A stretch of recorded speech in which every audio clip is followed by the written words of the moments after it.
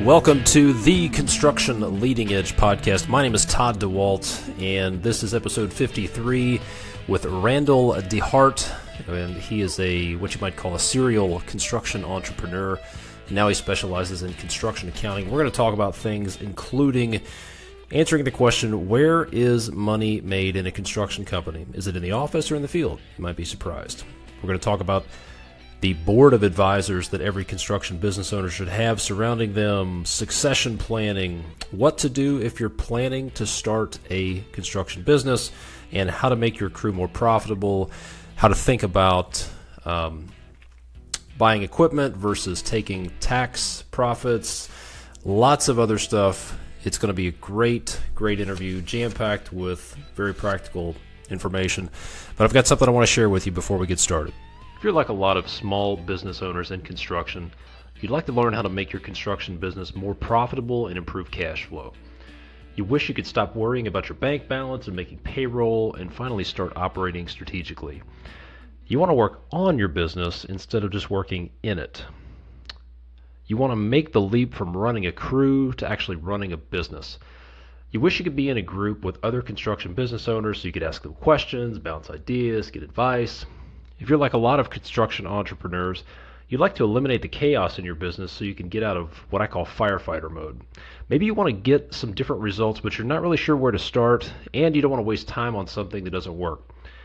If you're like a lot of business owners, you want to get away from owning a job and start building a business that works for you and that maybe you'll be able to sell someday. Well, if that's you, then you're not alone. I hear from people all the time who are asking the same questions. I know because I grappled with the same problems when I owned a construction business. Well, I started this podcast back in 2014 to help people who own small construction businesses, and that's why I'm launching the Advanced Construction Leadership Community, or the ACLC for short. The ACLC, or the Advanced Construction Leadership Community, is an exclusive community for construction business owners who want to take their operation to the next level, make more profit, stop worrying about cash flow, go after bigger contracts, eliminate chaos, grow the business, get to the next level. As an ACLC member, you'll have exclusive access to training content where I'll share everything I did to grow and double a construction company's revenue and triple its profits in 3 years. You'll learn how to maximize revenue, leverage your labor force, eliminate ticket starvation, grow your team leads, eliminate chaos with systems, how to hire and fire, and a whole lot more. As an ACLC member, you'll also be part of an interactive online community of other construction business owners, just construction business owners, where you can get answers to your problems, get advice, and bounce ideas off other people from around the world who are doing the exact same thing as you, running a construction business. Now, right now, I have a limited number of spots open for the early access group to the ACLC. As an early access group member, you'll get in for a discounted rate, and you'll get to be part of the inner circle that will help me build and shape this thing. So if you own a small construction business and you're ready to get to the next level, head over to constructionleadingedge.com/community to sign up for a free trial. That's www.constructionleadingedge.com/community, or just go to my website and click on the ACLC button in the menu. Now let's get to the interview with Randal DeHart. Enjoy. Randal, thanks for being on the podcast. How are you today? Todd, I'm doing well, and thank you for the invitation. I appreciate it. Absolutely. I know we talked on the phone for about an hour or so a couple of weeks ago and got this set up, and I've been looking forward to this conversation. I know you've got a lot of history, a lot of background in the industry, and you've got some pretty interesting ideas. Not just ideas, but I guess proven strategies that work in the construction industry. So let's jump into one that's probably a little controversial. Certainly caught my attention when we talked, and correct me if I misstate this, but you like to say that in a construction company, money is made in the office and not in the field. Tell me more about that. Well, Todd, this is an absolute fact from my point of view, and I'll just give you a quick background. I've been in construction most of my life, And we'll just put it this way, I started out when I was 10 years old working in the family business. So I have been around construction for over 5 decades, and my wife and I have started, built construction companies and sold them. We sold our last one in 2000. So I got a deep background in construction. I know kind of what works and what doesn't. The caveat I'll put here is our construction experience is relatively small companies, anything from 500,000 to say 3 or 4 million a year in volume. So that's the market I'm going to address. Now, the reason I say that money is made in the office, not in the field, it gets back to one simple thing. Given a willing worker, a willing construction worker, they will do the job that they're assigned. The problem is that the construction worker does not make the decision on what jobs to bid. They don't make the decision on what the price is going to be, the payment terms. They never make a decision, I'm going to say in most cases, on what kind of equipment and tools are going to be used. And so the construction worker is really limited on what responsibilities they have, and yet they are given all of the blame when things take too long, they go too far, they're over budget. Now, the office, on the other hand, the office is who decides what jobs to bid, at what locations, and the office sets the tone for what kind of tools and equipment. So let's take 2 construction companies. One I'm going to call, we're not that great, but we're cheap. And that construction company buys the cheapest possible tools and equipment, and the cheapest possible trucks and vehicles, and expects the workers to make up for the shortfall. Now, I've actually seen this happen in a few situations where there's what's called a Sawzall blade, and there's a certain company that makes a Sawzall blade that is red, and they go for about $1 a pop. There's another company, which I refer to as Lennox, makes a Sawzall blade is white, and color doesn't make any difference, but the Lennox Sawzall blade, in my experience in the past, can be anywhere between $3 to $5 a piece. Well, what will happen is that red Sawzall blade, a technician, a construction worker will go through, say, 15 or 20 of those in a day, and only maybe 2 are the white ones. So what happens is the construction company, which is, we make money, I'll just put it like that. That construction company will buy the better tools, the better equipment, and so giving that willing worker the tools and equipment they need to produce, they'll get more results in a day than the cheap one. And there's an example I've used in the past for the contractors. I said there was 2 woodsmen that went into the woods. I think I read this somewhere. It wasn't nothing I made up. 2 of them went into the woods, and the one guy was relatively mature, and the other one was a young buck, very strong, and they would leave the camp in the morning. The strong guy, the young strong guy, go to the south. The older gentleman would go to the north. At the end of the day, they'd meet back, and the older gentleman would have 10 cords of wood cut. The young buck would have 1 cord. This went on for several weeks, and finally the young buck said, "Old man, what are you doing different than I'm doing?" And he said, "Well, I don't know. I'm just cutting wood." And the young buck followed the old guy out to his location, and the old guy set up his camp and his equipment, fired his chainsaw, and he goes, "Brum, brum, brum," and the young buck said, "Hey, what's that noise?" Well, the concept is that the young buck was using a handsaw, and the old guy was using a chainsaw. So the money is really made in the office, not in the field, because when the office provides all the tools and equipment, and hopefully they also provide the processes, procedures, and checklists, that's where the money's made. And I really got this from an author by the name of Dr. W. Edward Deming, and he's who pointed out these situations, saying that 97% of all the problems in a business, or all of the production in a business, comes from the feet of management. And 3% is only 3% of the problems in a business comes from people. So that's why I say that the money's made in the office, not in the field, because the office makes a lot of strategic decisions. So in times gone by, in our case, in construction, we always provide the best tools, all the time. We had systems, processes, checklists, and people loved working with us because they knew exactly what they needed to do. They had the tools and equipment and the material to do it. So there's a lot more to it than that. I don't want to rattle on forever, but does that make sense? Yeah, definitely makes sense. And I've actually been doing some research over the past couple of weeks on productivity in construction. And there have been lots of studies written about productivity. PhD students have written their thesis on construction productivity. And I'm probably like a lot of people. Well, the reason I started researching this is because on the projects that I manage currently, there appears to be a productivity crisis. And the knee-jerk reaction when it looks like there's low productivity is to blame it on the guys in the field, right? Or it's correct. These guys just aren't working hard enough.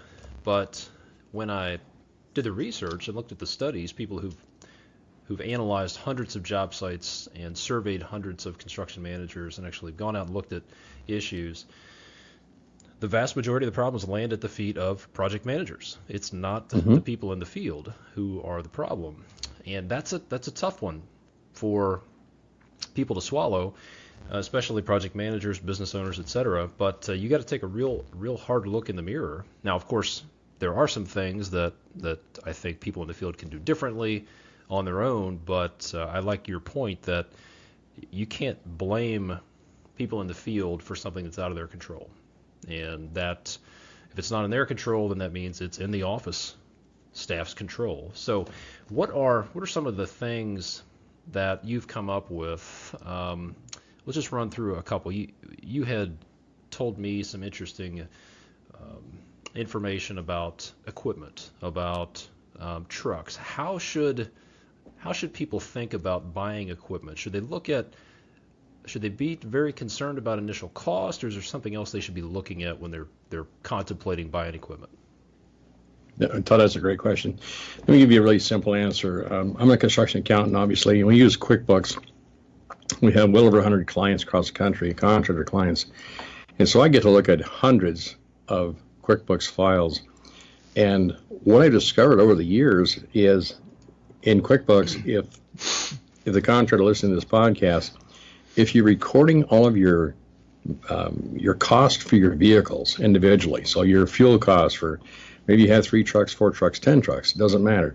Each truck, you cost out for the fuel, you cost out the repairs and maintenance, the tires, the tune-ups, all the costs are involved in that truck, the insurance costs, and you put those in QuickBooks in a way that your QuickBooks is set up correctly. Now, our most successful contractors, we do this with them, but once a quarter, we go in and we pull up a report that shows what the cost of each truck is in the previous quarter. And then we take a real simple metric and we take the mileage. So they take the mileage reading. In this case, they take the mileage reading on December 31st, and then another mileage reading on March 31st, the end of the quarter. We do this in April for each quarter, the following month. And so let's say that a truck, just making it round figures, a truck went 20,000 miles in a quarter, just trying to make it a simple math here. And they spent, say, $2,000 on repairs, maintenance, and fuel, and interest charges for the loan. Well, that's a really high metric, but that's $10 a mile, so that truck is costing. Okay. The fact is that most of the time I find that trucks will run somewhere around between $2 to $4 a mile to operate. Now, if they watch each truck, they'll see that one particular truck is getting a little older and the repairs and maintenance costs are getting a little higher. So when that cost per mile goes up, it's time to start paying attention. Now, the other thing we do is we don't just do accounting, but we bring in basic, I'm going to say basic 500 level masters in economics. Really simple. It's called the opportunity cost. Okay. So I also look at something really critical. If for some reason a truck has broke down and need to be towed to the repair shop for any reason, now we have an opportunity cost there, because the technician or technicians or construction workers that are on that truck, they're paid and they've got to be transported back to the job site or to the office, and that's an opportunity cost. They need to go into that cost of the truck. And then someone has to go retrieve that truck from the repair shop, and that costs money. And so once we put all these costs involved here, plus the fact when that crew of, say, 2 people, if they're not working for a 4-hour block, what is the revenue that's being lost? I'll just take a wild number, and I'll say that 2 guys can generate $1,000 a day in revenue. And if the net profit is 20%, well, half a day is 1,000, 20% is $200. So now that little repair is not just repair cost, which could be $500, but it's $200 in lost revenues, another $200 in staffing needs. So that's how we do it. We watch for what's the cost per mile and what's the repair cost. And I've had several situations with contractors that they're driving trucks that are more than 5 years old. And after 5 years in construction, believe me, those trucks are getting a lot of wear and tear. And so I say, what do you like? Ford, Chevy, Chrysler, Toyota, whatever, it doesn't matter. And a few times I've actually gone with them to the dealer, and we've taken a look at and said, here's what I like, and here's what's going to cost. And they say, well, the payment's going to be $500 a month. And I had a contractor just almost lose his cookies and say, $500 a month, my God, that's a lot of money. And I pull out the report in my portfolio. I bring out the paper report, and now I'm starting to use my tablet. And I say, actually, it's his business, not mine, but I like to help soften the blow. We have spent $3,000 this past quarter just in repairs and maintenance. Now, $500 a month for that truck, and that truck is going to run for another 5 years. Now, the other thing we do too, I get a lot of pushback on this, except for my very successful contractors. They get it really quick. When we buy a truck, have it outfitted. In the old days, we had cassette decks, and then we went to the CDs. And now, get it outfitted with Sirius radio. Get it outfitted with air conditioning. Power steering, power brakes, obvious, but power windows. And I've had a lot of my contractors say, well, I'm not going to put air conditioning on trucks. It's going to cost more money. I said, you know what? A happy worker will produce 15 to 20 times more than that 2 miles per gallon is going to cost you. So making it comfortable for people to operate is really, really important. But that's how we do it with trucks, and then we do the same thing with equipment. We have some statistics and analysis we use for most hand tools, like even down to the hammers. The hammers, the hand saws, the skill saws, if they're plumbers, the rigid pipe wrenches, and all kinds of tools and equipment. We got to know what the mean time between failure is. How many hours and time these tools are going to last. And so I tell my contractors, if you have 3 sawzalls in the field or 4, there's a certain number that you always keep a tool in your tool bin in your office or shop, brand new in the box, ready to go. Because at some point that tool is going to fail. And if you have it ready to go, then switch it out. It'll save time. Because here's the big thing. If we look at paying a construction worker, I'm going to make the math simple, depending on where you're at. But if you say pay a construction worker $20 an hour, then what's called a fully burdened labor rate, which is what the contractor pays in taxes, insurance, and overhead, and all of that stuff could be easily 1.5 to 2 times. So let's say we're paying them $30 an hour with all the overhead. Make it really simple. 2,000 hours in a year. That's $60,000 is what the cost is. Now, if that construction worker, if I can provide the tools, the equipment that work, the trucks, the vehicles, and if I can help them not waste 10 minutes a day, well, if they waste 10 minutes a day times 300 days in a work year, that's 300 minutes, or roughly 5 hours. Now, if I'm paying 5 hours at, say, $30 an hour, that's $150 a year. So this is where the money is made in the office, because we're running these numbers constantly. And I get a lot of contractors that say, well, I can't waste money on my technicians. And I said, you're not wasting money, for the love of Pete. If you have people in construction are unique. They're great people. They love what they're doing. They love making things. They like to see what accomplished at the end of the day. And they will do phenomenal if they're the tools and equipment. So that's how we do it. We look at the numbers. I've got a Randalism, the early to bed, early to rise, know your numbers and advertise. So the numbers, that's what tells us when it's time to upgrade. Roughly speaking, my very successful contractors will upgrade their vehicles every 3 to 5 years. And I've got contractors, I love them, bless their hearts, they're wonderful people, and they're driving 20-year-old trucks. They think they're saving money. Yeah. But I see the difference. That's good stuff. And I want to talk more about the people component of it, because it may not be so apparent that the connection between accounting and people, but I think you've got some interesting insights there. But let's talk about equipment. When does it make sense to rent? When does it make sense to lease? When does it make sense to buy equipment? I have done this many times. I said, go down to your rental agency, Hertz Rental or whoever's local you like, and cut a deal, because all the rental companies will actually lease a backhoe on a monthly basis. Depending where you're at in the country, sometimes if you get a serious winter, you can't use it anyway, so you cut a deal and you lease it month to month, maybe 5, 6 months, 8 months out of the year.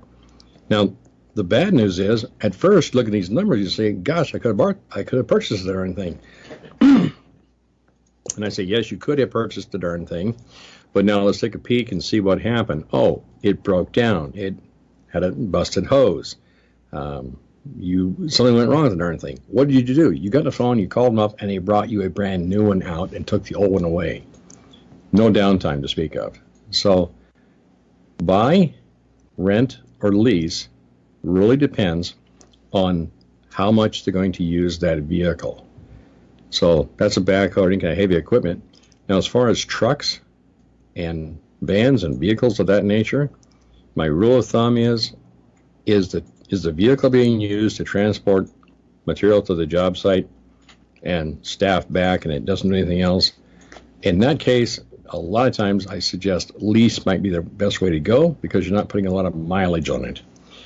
Conversely, if it's a service contractor, plumber, electrician, HVAC, and they're putting a lot of miles on the vehicle, I definitely like purchase. But there's a whole set of formulas in Excel that we use to determine that. So that's kind of a quick overview.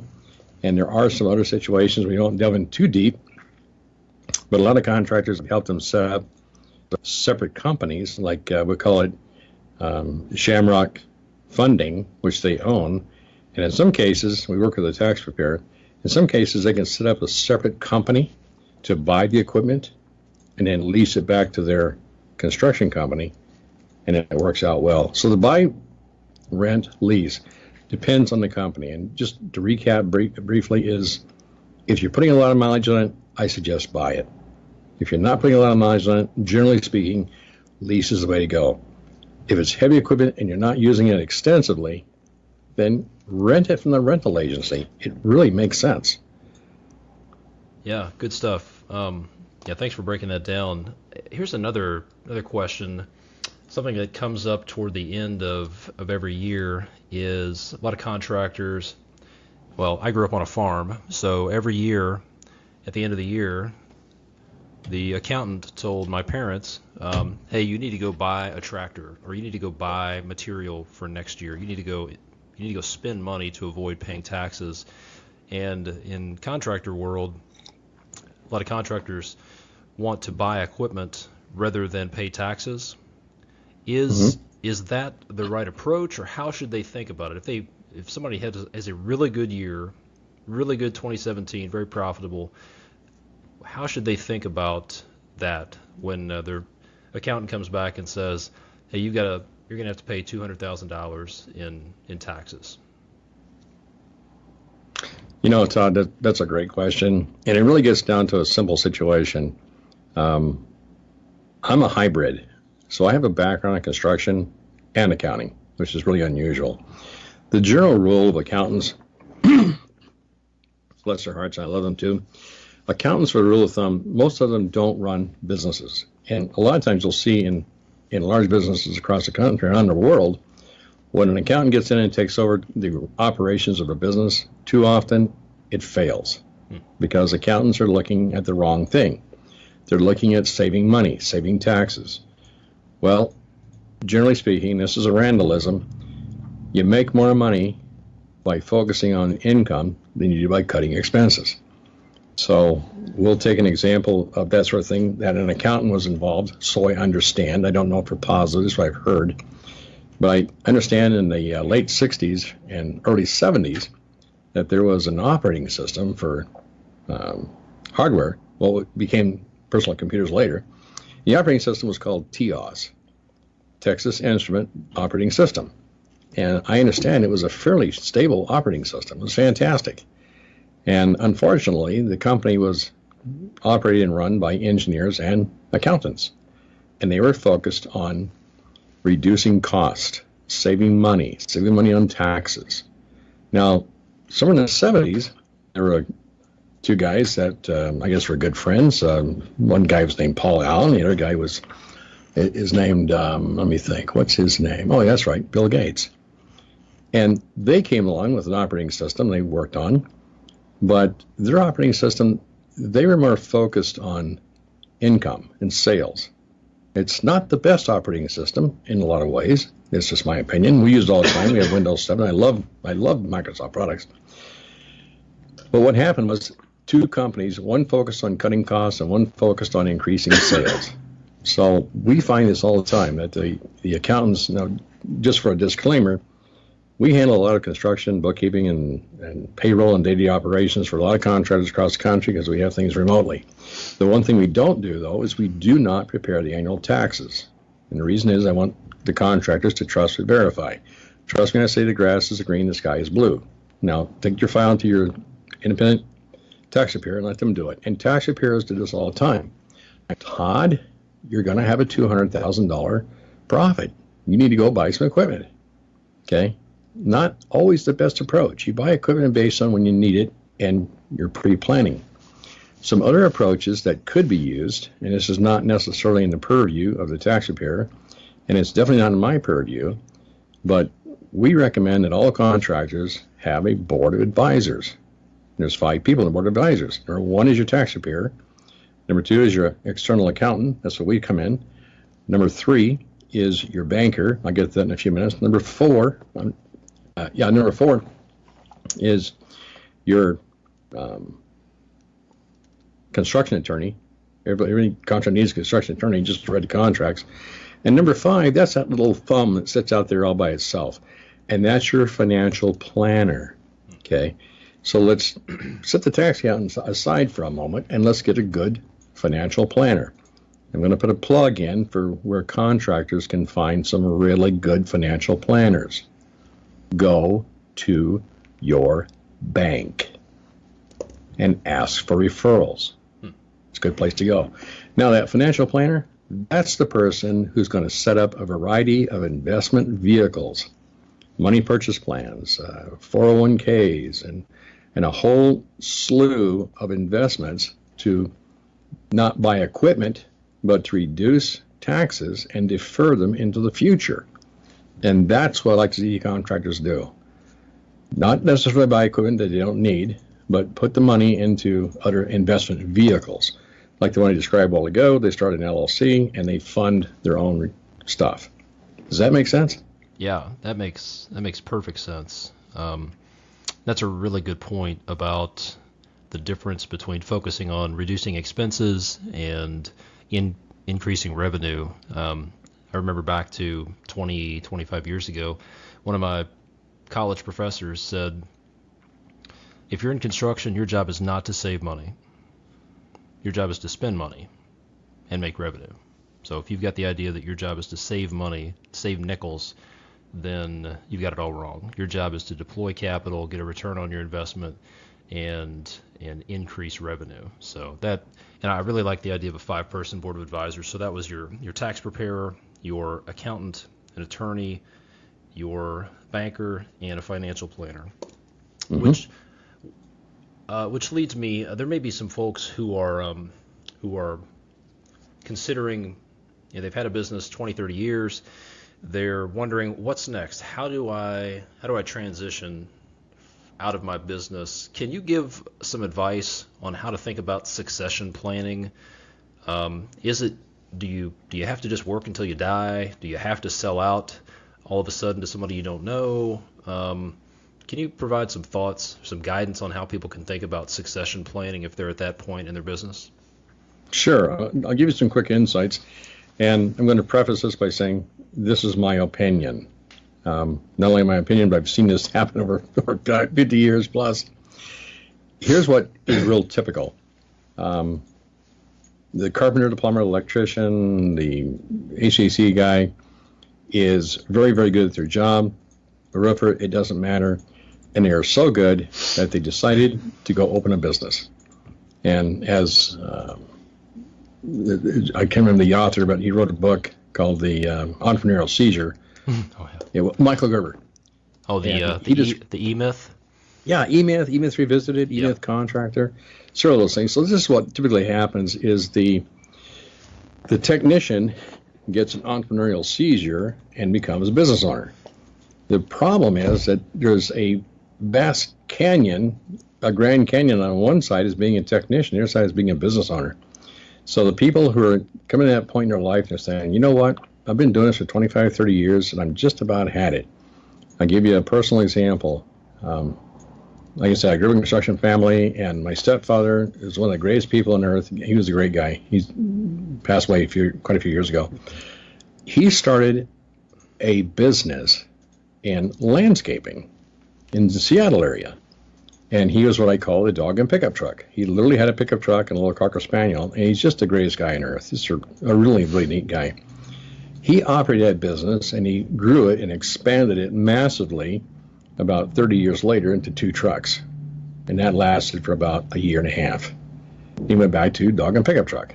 So at the end of 50 years, literally in that business, in 50 years, he was done. He tried to sell it. He had nothing to sell. He sold his truck and a few pieces of hand tools and some other goodies, and that was about it. He was kind of disappointed that it didn't work out as he had thought. He did okay in his final years because I kicked in a couple dollars here and there and helped. So life is good, had a good ending. So here's what happens. If a contractor has a business, they've had it for a lot of years, and are getting ready to retire, I usually like to catch them, if I can, about 5 years before they want to get out, okay? Because I've done this. I'm the poster child for having done this. I have built construction businesses and sold them, 6 and 7 figures. I've made a nice little chunk of change. What an investor or a new contractor, anybody who buys a business, this is the reason that franchises are so popular.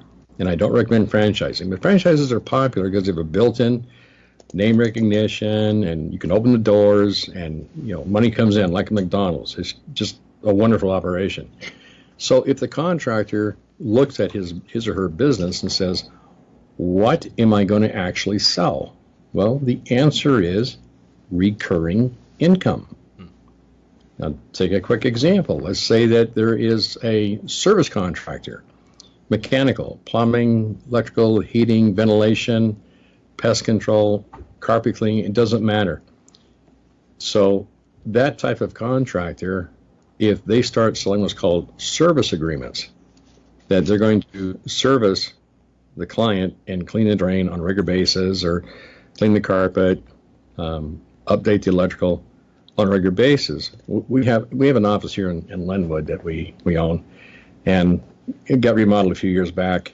And I called around. I actually called about probably 8 or 9 contractors, HVAC contractors, until I found one that had a good service program. So they put in this massive heat pump and this massive HVAC system, and I pay a bunch of money, and they come in like once every 3 months, and they change the filters, and they tune up the thing, whatever it is. I love it. So service contracts are the key. Now, if a contractor has a construction business, and I'm going to say in a minute how it works with houses too, and they have guaranteed income of, let's say, make an easy number, $100,000 a year just in service contracts. That's going to service every year. $100,000 coming in. Well, those service contracts are wonderful because we can use those to fill in the slow times when there's not a lot to do. You send a crew out to a service contract. That, say, $100,000. That's what the people who are going to buy the business are interested in. And now it's a question about what's called a multiplier. Is it a 5-time multiplier, 6-time, 8-time, 10-time? Let's say it's 100,000 and you can get a 10-time multiplier. Well, your business is now worth $1 million, cash money when you sell it. And here's the funny part. This works on commercial. This works on residential. I've got not enough. We have a few remodel contractors, Todd, you're going to love this, that I got into their business. I did one here just not too long ago. And I said, it looks like you have about 30 people, pretty new business that you've worked with for the last few years. Yeah. Are you going back and you did a remodel, are you going back and doing some service? Because things change. They have kids, and so they need the bedroom remodel. The kids grow up and they move out. Now they want to turn it into a sewing room or a men's cave or whatever. I never thought of that. And what's even more important, I said at least twice a year, sometimes maybe 4 times a year, send a greeting card or some kind of a hello and address it to that family. And if that card comes back or if that letter comes back, that's gold. Because now somebody new bought that property, and you follow up immediately with a letter that we can craft or they can craft themselves that says, Hi Todd, my name is John Doe, and I'm the remodel contractor, and I'm the one that's been servicing your house since 2005. And I just want to introduce myself, and we're the ones that are taking care of repairing and maintaining and replacing the windows and the awnings and doing the light touch-ups and sort of thing, handyman type stuff. Please be sure and let us know if we can be of service. That is gold. Because when people buy a house, a used house from somebody else, they don't know who to call. All of a sudden this card shows up or this letter shows up. And hi, I'm the person that's been servicing that house. And and more often than not, it'll just pick up seamlessly. We've had over a 50% rate where it's just picked right up and they've moved forward. So building that renewable income, and it works if you're doing commercial service work, if you're doing residential, if you're doing service. It does have one little drawback though. Okay. So your listeners need to be aware of this. There is a problem. We did this with several businesses, and I would have to go to the bank with a mask on, back up to the teller, make my deposit. I was so embarrassed because I was taking so much money to the bank. I was just embarrassed. I'd make my deposit and I'd sneak out. And the other bad thing is, and this is going to sound funny, but I'm absolutely serious. When people do this, they started building up some equity and building up some funds. It doesn't take long before suddenly you don't have a lot of bills and you've got a lot of cash. You need a place to put it. Again, the financial planner. Now, we've done this with several of our clients, and we've had several clients that have done this for 3 or 4 or 5 years.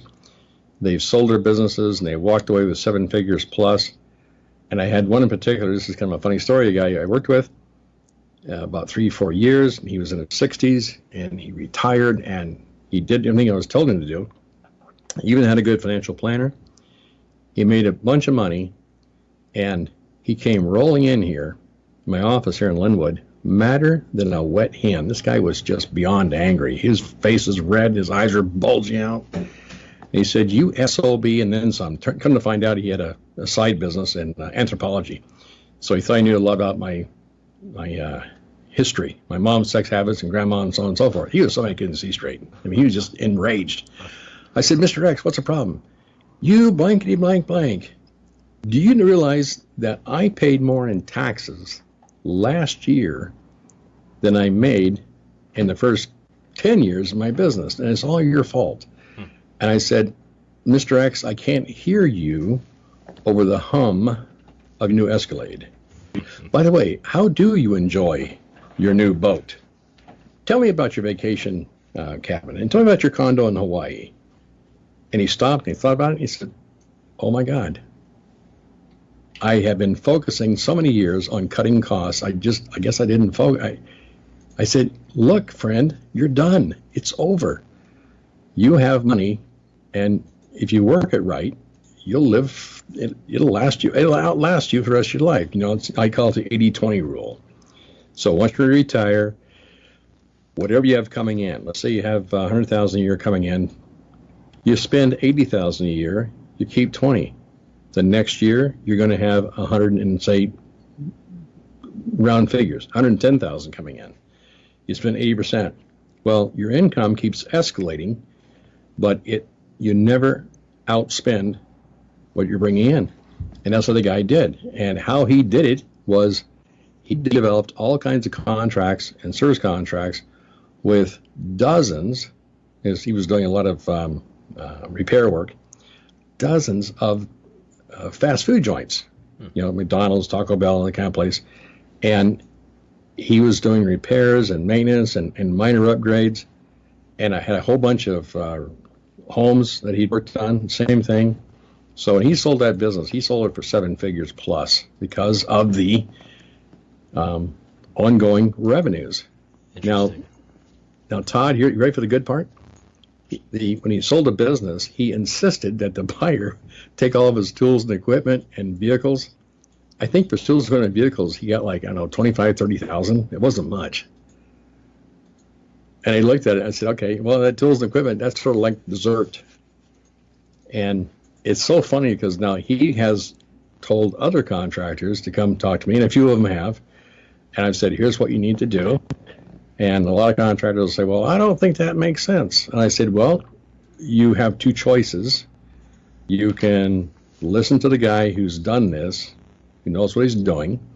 And I said, it's really quite simple. I'm an inch wide and a mile deep in 3 areas: project management, I'm a PMP, construction accounting, and contracting. Now, if you want to ask me about sports, forget it. I don't follow sports. I don't know who does what. Cars, nothing about cars. I just order one, it shows up, and all I need to do is where the turn thing is, the go pedal and the stop pedal. I never open the hood. So there's a lot of things I don't know, but I do know what I'm talking about here. And a lot of contractors, I ask them, say, have you been to the Business Roundtable? And they'll say, yeah. And someone will say, what is the Business Roundtable? I said, it's a little round table in the middle of a tavern with a pitcher of beer and 4 glasses and 4 contractors who are struggling. So you can listen to them or you can level up. But the ones who level up do well. And that's the key. I just got to recap. I can't overstress it. Develop a system of recurring income with service contracts. And we have an entire piece of software that we use that ties to QuickBooks that actually does all that stuff for them. It'll dispatch. It maintains the service contracts. It's just a neat piece of software. It ties to QuickBooks. Oh my gosh, it's insane. It's like falling off a log. And once people do it for a little while, they call up and say, why didn't I do this before? And I said, I don't know. It's been around for 100 years. Let me ask you a quick question. You've been around big companies and small businesses, and you said your niche is really in the smaller business. There are some people listening who currently work for a big company. They work for a big general contractor, and they've told me that they want to start their own business, whether it's small business, maybe they want to build houses, be a commercial TI fit-out guy. What do they need to be careful about? Whether it's maybe there's something that works in big business that doesn't work in small business, or maybe it's just some guidance for starting up their own business. What would you say to those folks who are currently with a big contractor and they want to start their own shop? That's a great question. Here's what I would say to those folks is there's an exercise. There's an exercise in psychology that works like a charm. I would say to those people, take a weekend, take a couple of days, 3 if it's feasible. I don't know. If you're married and got a family, take the family with you. Go rent like a cabin or something, someplace where it's quiet, and the kids have something to do, and your spouse has something to do. And then this is going to sound bizarre, but it's very effective. And I know we live in a high-tech world, and I'm totally high-tech. Everything's online. But take some pads and pens, and this is very important, in longhand script. Sit down someplace where it's quiet, you got a beverage, and in a nice, comfortable chair, maybe overlooking a lake or whatever, it doesn't matter, and ask yourself one simple question. Why? Why do I want to leave this business I'm working with now? Why do I leave this big contractor? And start writing down free flow, what comes in your mind, and write it in longhand. Because there's a direct connection, there's a neural link between longhand and the frontal cortex. Why do I want to leave this business? Why do I want to start my own business? Why? Keep asking why. Because what's happening is we all have what's called the seat of judgment, and that's that screen we filter everything through. It's known as the amygdala, which is in the back of the head. And the amygdala is called the lizard brain, that everything that comes into our five senses goes to the amygdala first. The amygdala decides to either fight or flight. And so keep asking why. And once you're done asking why, then start asking what. What do I really like doing?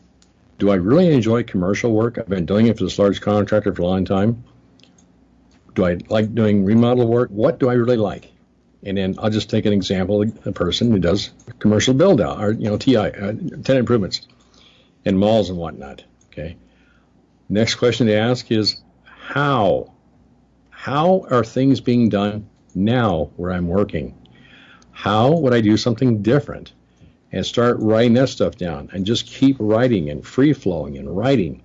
Then over the course of time, we finally relax the amygdala and we get into the frontal cortex, and suddenly the brain begins to, we get into what's called our core beliefs, and we identify, say, for example, you know what, I really do like working in tenant improvements. And I've got a real affinity for restaurants.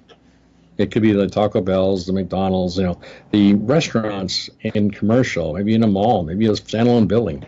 Why? Because I'm a foodie. I love food.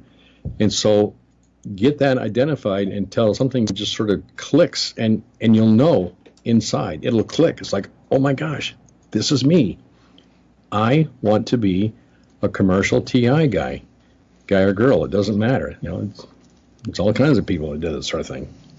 And keep identifying, and I tell you what, within 3 days, if they will do that, they will have made a lot of decisions that will just make sense. And then from there, once you know where you're going, the end point, it is so simple. It's a straight line. There was a story that was told years ago. I remember I'd heard this at a seminar. Guy talked about the difference between a plan and no plan, and said a plan is like you're standing at the edge of an open field.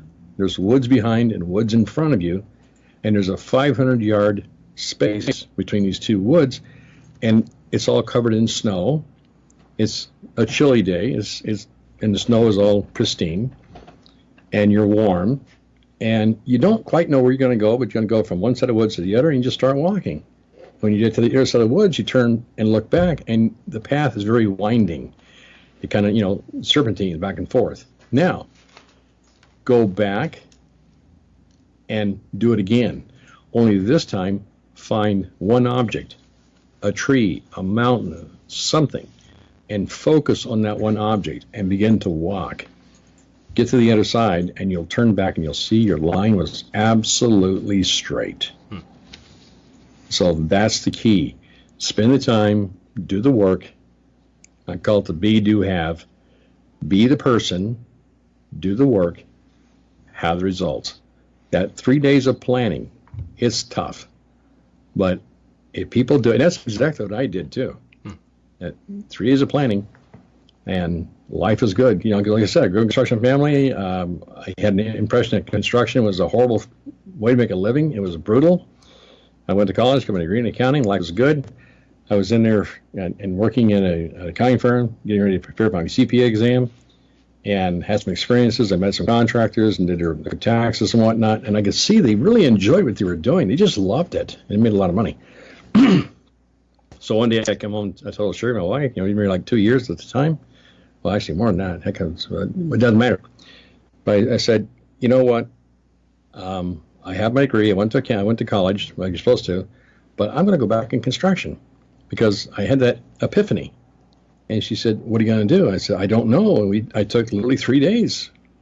And I did this entire process I just outlined. And I came to the conclusion I wanted to be a plumber, a plumbing contractor. And I did, and it was just phenomenal. I mean, it was embarrassing how much money I made. And then, like I said, we built some other businesses and sold them. I sold my last one in 2000. Now it's all just construction accounting. That's the key, though, is identify what is in their core. And once you identify what's in your core, then people listen to this, please. If you've identified that you really want to be a commercial TI contractor, do it. Don't get distracted. If you want to be a home builder, do it. Don't get distracted. A lot of shiny baubles out there. Ignore them. But that's key. Then from there, literally everything will fall into place. There's a poem that was written by Jonathan Mengele. I won't recite it for you, but it's called Until One is Committed. I suggest that people listen to this, look that up online. Jonathan Mengele, Until One is Committed. It's wonderful. Does that answer the question? Yeah, that's good advice.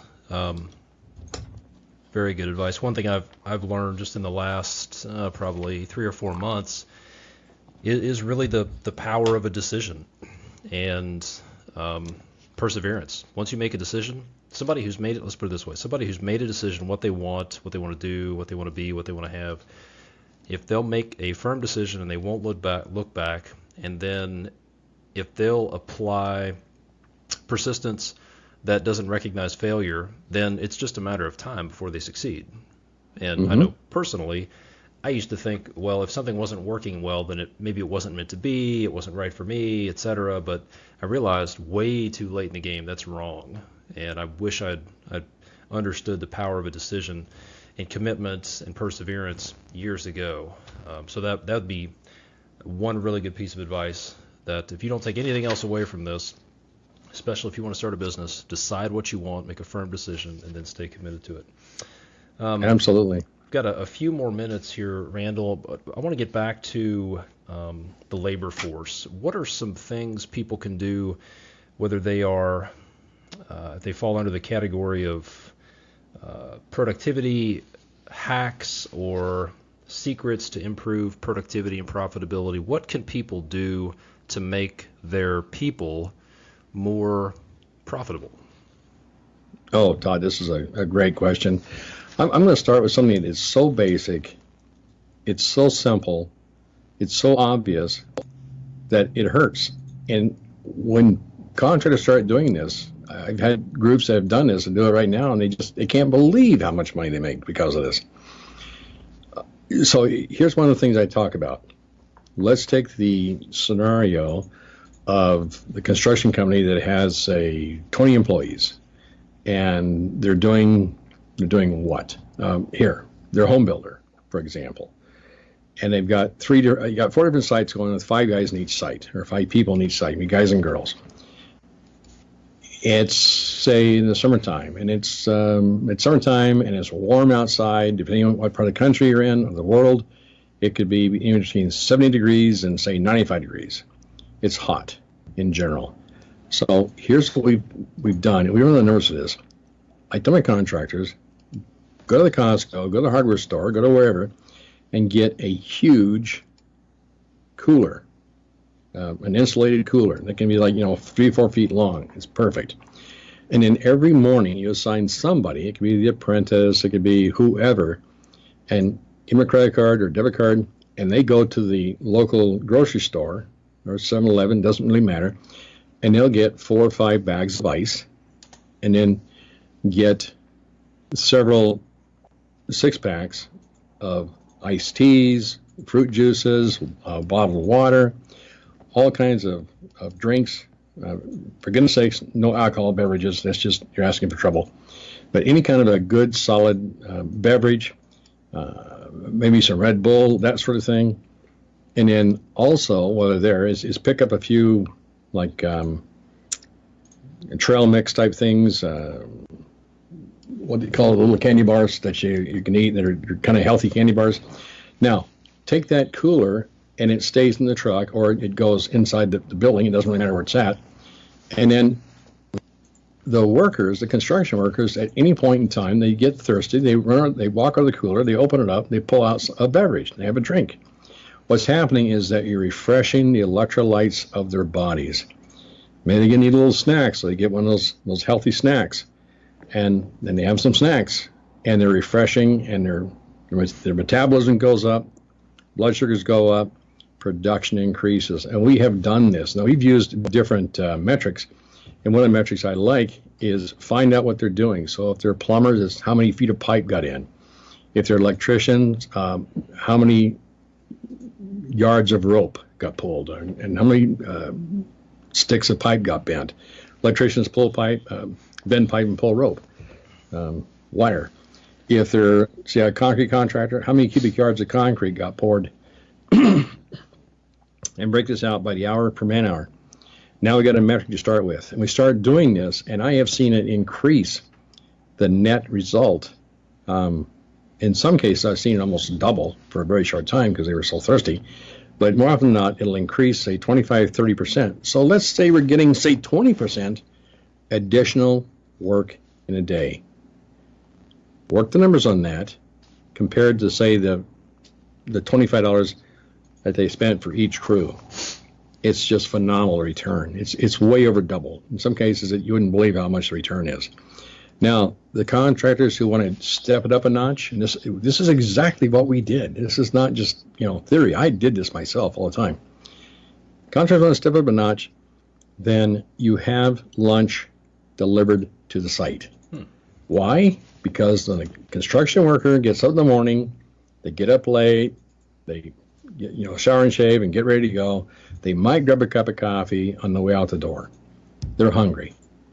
They get to the office, and by the way, at the office or job site, whichever the case is, there's a few snacks. They can get themselves charged up. They got snacks during the day. Most construction workers will either pack a bologna sandwich or something small and cheap, and then by 2 o'clock, metabolism goes down. They get grouchy, they get irritable, they get mistakes, injuries happen. It's very expensive. So we had lunch delivered. We would have, take a survey, and we'd have Subway. Either Subway would deliver or Quiznos, or we'd send somebody out and go get a dozen sandwiches. One day. Next day it would be pizza would be delivered. The next day we'd go get chicken, have chicken delivered. Maybe the next day it would be Chinese, and the next day it would be Mexican. But have the food brought to the crew. Okay? Because they're not going to pack a lunch worth the darn. They take a half an hour, and you're providing lunch. Now, it sounds like you're wasting money, but you're not. Which what you said, you're allocating, you're spending money. Now, when people go back to work, guess what? They're not hungry. They're feeling good. Production goes up. People are friendly. They begin to work together.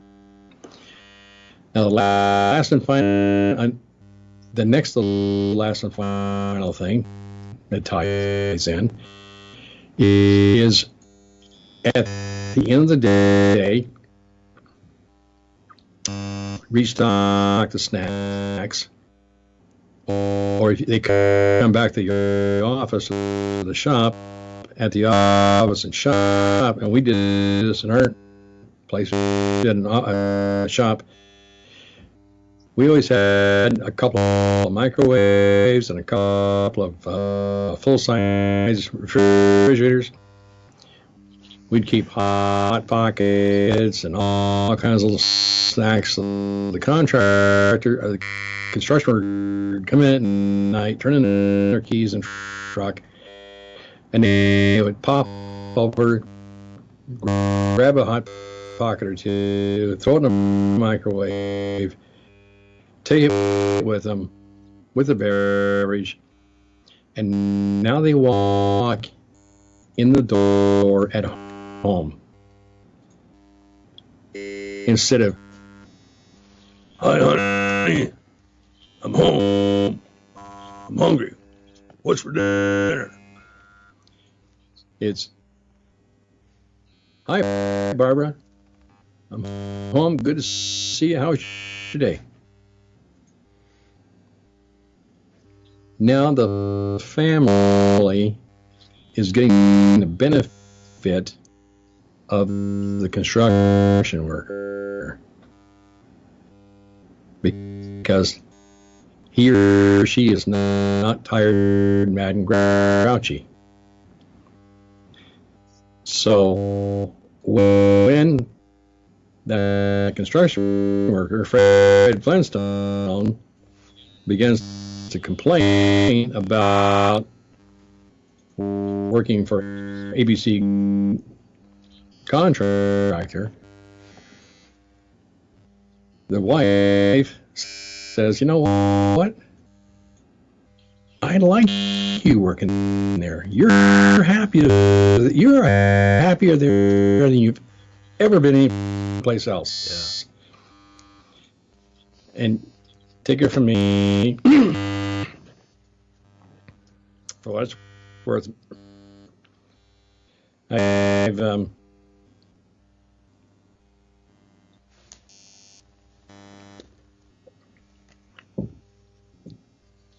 had the privilege of get a cup of coffee there. Had a privilege. I actually met my wife in high school. We were married 44 years, and we've heard this a lot of times: happy wife, happy life. Simple as that. So if they want to take it to that level, I mean, the money they're going to spend on those snacks, they're going to save massively, and also the amount of injuries will decrease tremendously. Amount of injuries will decrease tremendously. And now here's the final step, okay? And for most contractors, they need to close their ears and not listen to this, because it will impact your wealth and you will make a ton of money, okay? Every year, especially people who are working really hard in situations like this in construction, every year you send something to the family. Have it delivered. You know, maybe it's some flowers, or maybe it's something that's of that nature. Maybe it's an Amazon gift card to the family. So it goes to the family and says, "Just want to express my appreciation for Fred Flintstone. He's been a really good employee. We really appreciate him, and I know that you guys are doing a lot to support him. Spend $50, okay? That will be the best $50 you've ever spent, because now Fred Flintstone comes home and he's feeling pretty good, and the spouse meets him at the door. Look what just came this afternoon." And let me tell you, when you have the family involved and they're happy, the construction worker's happy, and you ask that construction worker, "Look, this is a situation we've got here. We got a really short deadline. I hate to ask you to do this, but is there any way you can come in on Saturday and help us wrap this project up?" Well, it can be overtime. And they say, "Sure. You know, I had planned on going to the game. I had planned on doing a barbecue, but you know what? Yes, I will come in." And they will come in on the weekends and holidays, and they will give it everything that it takes. And very quickly, you don't just have a bunch of construction workers. Now you have a team. Yeah. I tell you what, Todd, when you get that team, and I've had it, when you get that team of people working together, it is just almost magical. Sometimes you pinch yourself and say, "Is this real?" Yeah. So that's huge. That's great. And it's hard to measure the financial benefits from that, but it's impossible to measure the intangibles, just the culture, the camaraderie, just having a team. You just can't put a number on that. So and I agree. Those are, I think, well, my approach to leadership is service-based leadership. You're investing in people. You go first, and you're going to invest in your people. You're going to build up capital so to speak, emotional capital with your team. And then when there's an opportunity to do things, or there's a challenge, I've had people work with me that would go through walls if they have to. And yeah, there's nothing quite like that. So good stuff. Well, Randal, we're about out of time. This has been tremendous, extremely practical stuff. This is the kind of stuff I love, that people can just put to work. We're recording this on a Friday, but somebody could literally put this to work Monday morning and start seeing benefits immediately. So thanks so much for taking the time to be on the podcast and sharing all this. So if people want to find out more about what you're up to, learn more about your business, where's the best place for them to connect with you, whether it be a website, social media, etc.? We're on about 60 different social media sites, but probably the best place to connect with us is at www.fasteasyaccounting.com. And my office number here is area code 206-361-3950.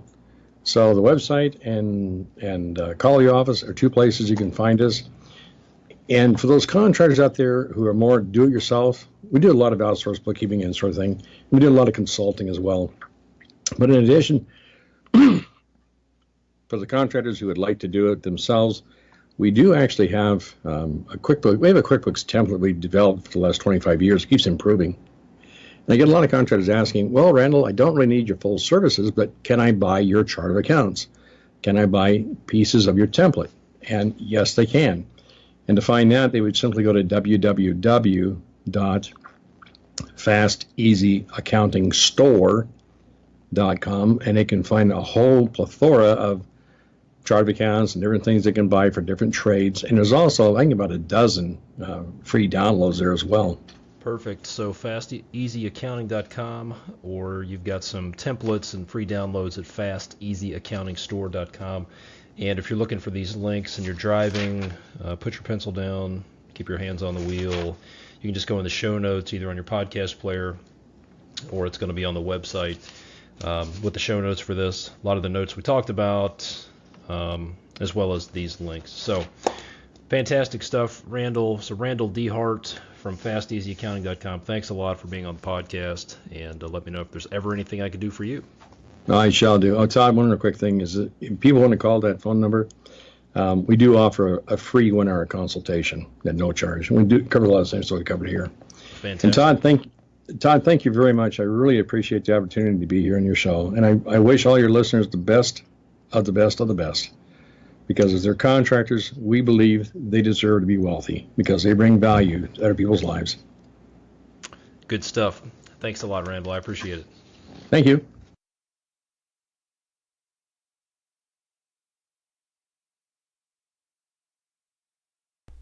That wraps this episode up. Head over to constructionleadingedge.com/053 for the show notes that have the links to the things we talked about in this interview. Also, don't forget, if you own a small construction business and you're ready to take it to the next level, head over to constructionleadingedge.com/community to sign up for a free trial membership in the Advanced Construction Leadership Community.